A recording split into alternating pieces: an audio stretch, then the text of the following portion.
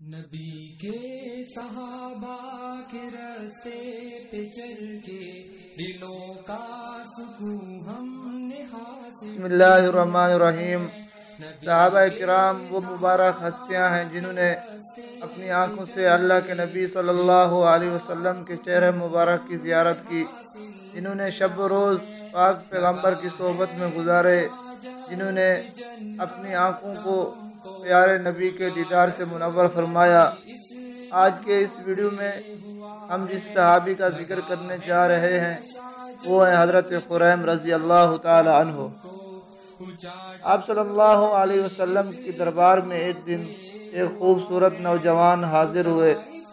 شکل و صورت سے بڑے نفاست پسند لگتے تھے اور شلوار ٹخنوں سے نیچے باندھی ہوئی تھی. سر پر لمبے لمبے بال تھے جو ماتھے تک آئے ہوئے تھے.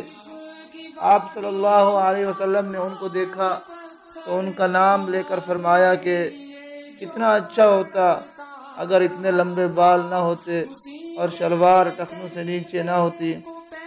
جب اس خوبصورت نوجوان نے پاک پیغمبر صلی اللہ علیہ وسلم کی زبان سے یہ الفاظ سنے، اسی وقت حجام کے پاس گئے اور اپنے لمبے لمبے بال کٹوا ڈالے اور اپنی شلوار کو نصف پنڈلی تک کر لیا اور پھر وعدہ کیا کہ عمر بھر اسی طرح رہیں گے. یہ خوبصورت نوجوان ان کو رحمت عالم صلی اللہ علیہ وسلم کے فرمان کا اس قدر پاس تھا کہ جس وضع قطع کو اللہ کے پیغمبر نے پسند نہیں فرمایا، تھوڑی دیر بھی اس میں رہنا گوارا نہ کیا. ان کا نام حضرت خریم بن فاتق الاسدی تھا. آپ کی کنیت ابو یحییٰ تھی اور آپ کا نام خریم تھا. قریش کے قبیلہ بنو اسد سے تعلق تھا.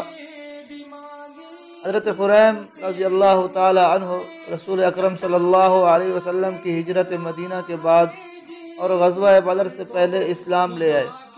ان کے اسلام لانے کا واقعہ نہایت حیرت انگیز اور دلچسپ ہے. ایک دفعہ اپنی زبانی بیان کرتے ہیں کہ میں ایک دفعہ اپنے گم شدہ اونٹوں کی تلاش میں نکلا. اتنے میں مجھے رات ہو گئی. میرے اونٹ واپس مل گئے اور اونٹوں پر اندھیرا طاری ہونے کی وجہ سے خوف طاری ہو گیا. میں نے اونٹوں کو بڑی مشکل سے بٹھایا اور خود بھی ایک اونٹ کے بازو سے ٹیک لگا کر بیٹھ گیا. پھر میں نے زمانہ جاہلیت کے دستور کے مطابق پکار کر کہا کہ میں اس وادی کے مالک جن کی پناہ مانگتا ہوں. اپنی پکار کے جواب میں مجھے غیبی آواز سنائی دی جو کہہ رہی تھی، تجھ پر افسوس ہے کہ تو جنوں کی پناہ چاہتا ہے.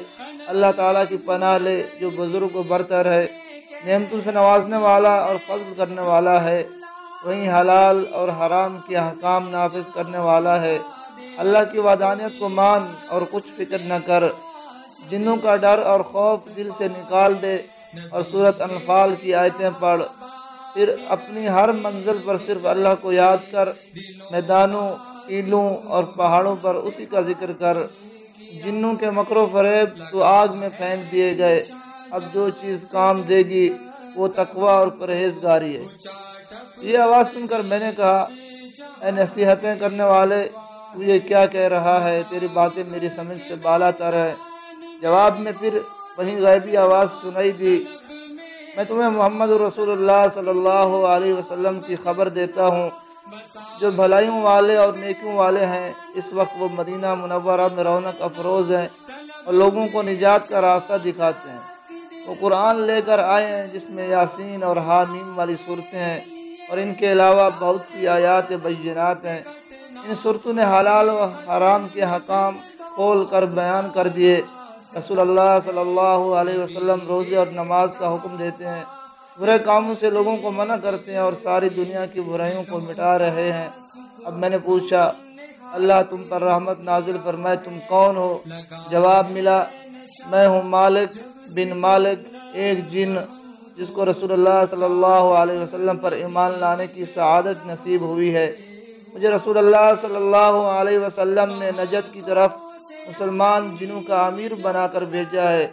اس وادی سے گزر رہا تھا کہ تم کو وادی کے سردار جن سے پناہ مانگتے سنا. گویا تم اس جن کو اللہ کا شریک سمجھتے ہو. اس شرک کو برداشت کرنا میرے بس سے باہر تھا، اسی لیے تم کو سمجھا رہا ہوں کہ اللہ کے سوا کسی دوسرے کو مت پکارو. سیدھا راستہ صرف توحید ہی کا ہے۔ ہر مشکل اور مصیبت میں اللہ کی پناہ ڈھونڈنی چاہیے۔ اے انسان، یہ ہدایت کا راستہ مجھے محمد رسول اللہ صلی اللہ علیہ وسلم نے دکھایا، اس لیے میں ان سے دل و جان سے محبت کرتا ہوں۔ میں نے کہا، اے مالک، تمہاری باتیں سن کر میرے دل میں رسول اللہ صلی اللہ علیہ وسلم کی محبت پیدا ہو گئی ہے۔ کاش اس وقت کوئی میرے اونٹوں کی حفاظت کرنے والا ہوتا، میں مدینہ جا کر رسول اللہ صلی اللہ علیہ وسلم کی زیارت کرتا۔ مالک جن نے کہا، تمہارے اونٹوں کی حفاظت کی ذمہ داری میں لیتا ہوں اور تم سے وعدہ کرتا ہوں کہ ان کو تمہارے گھر پہنچا دوں گا۔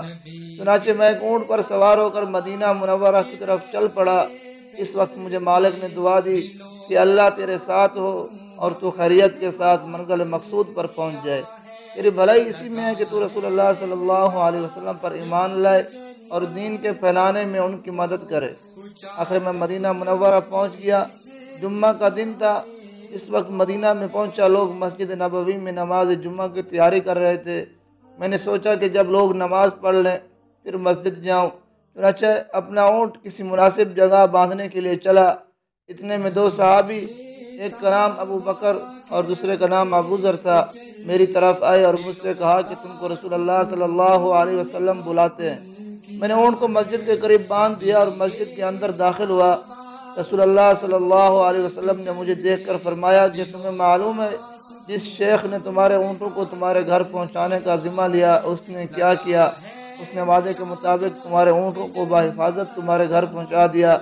میں نے کہا، اللہ اس پر اپنی رحمت نازل کرے۔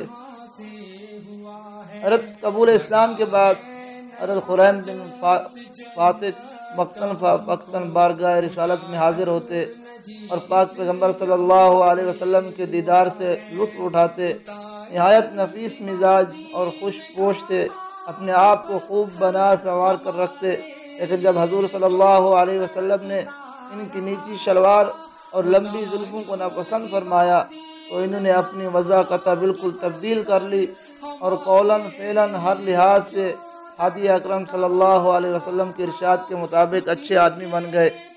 رمضان سن 2 ہجری میں غزوہ بدر پیش آیا تو حضرت خریم بن فاتق بھی آپ صلی اللہ علیہ وسلم کے ساتھ بدری صحابہ میں شامل ہوئے اور اصحاب بدر کا عظیم شان لقب حاصل کیا۔ آپ کے بھائی حضرت صبرہ رضی اللہ تعالی عنہ نے بھی آپ کے ساتھ اس جنگ میں شرکت کی۔ یوں دونوں بھائیوں کو بدری ہونے کی لازوال سعادت نصیب ہو گئی۔ اگلے سال 3 ہجری میں حضرت خریم رضی اللہ تعالی عنہ غزوہ احد میں بھی شریک ہوئے اور بڑی بہادری سے لڑے۔ عہد رسالت کی دوسری جنگوں میں بھی یہ شریک رہے۔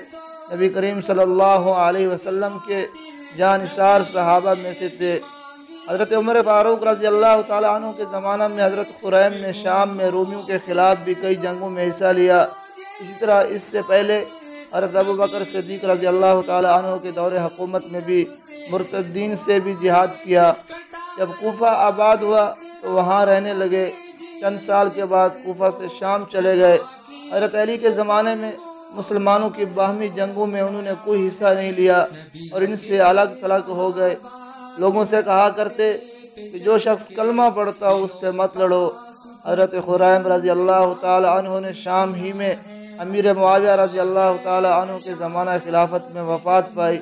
حضرت خریم رضی اللہ تعالی عنہ بن فاتق نے آپ صلی اللہ علیہ وسلم سے جو ارشادات سنے اور ان کو ذکر کیا وہ میں آپ کے سامنے بیان کرتا ہوں۔ حضرت خریم رضی اللہ تعالی عنہ سے روایت ہے کہ پاک پیغمبر صلی اللہ علیہ وسلم ایک دن صبح کی نماز پڑھ کر ایک دم کھڑے ہو گئے اور فرمایا کہ جھوٹی گواہی اللہ کے ساتھ شرک کرنے کے برابر ہے۔ یہ بات آپ صلی اللہ علیہ وسلم نے 3 دفعہ ارشاد فرمائی کہ جھوٹی گواہی اللہ کے ساتھ شرک کرنے کے برابر ہے، جھوٹی گواہی اللہ کے ساتھ شرک کرنے کے برابر ہے۔ پھر ایک اور ارشاد رسول اللہ صلی اللہ علیہ وسلم نے فرمایا کہ جو شخص اللہ کی راہ میں کچھ خرچ کرے اس کے لیے 700 گنا زیادہ لکھا جاتا ہے، یعنی جو اللہ کے راستے میں 1 روپیہ خرچ کرے اس کا اجر 700 روپے کے برابر ملے گا۔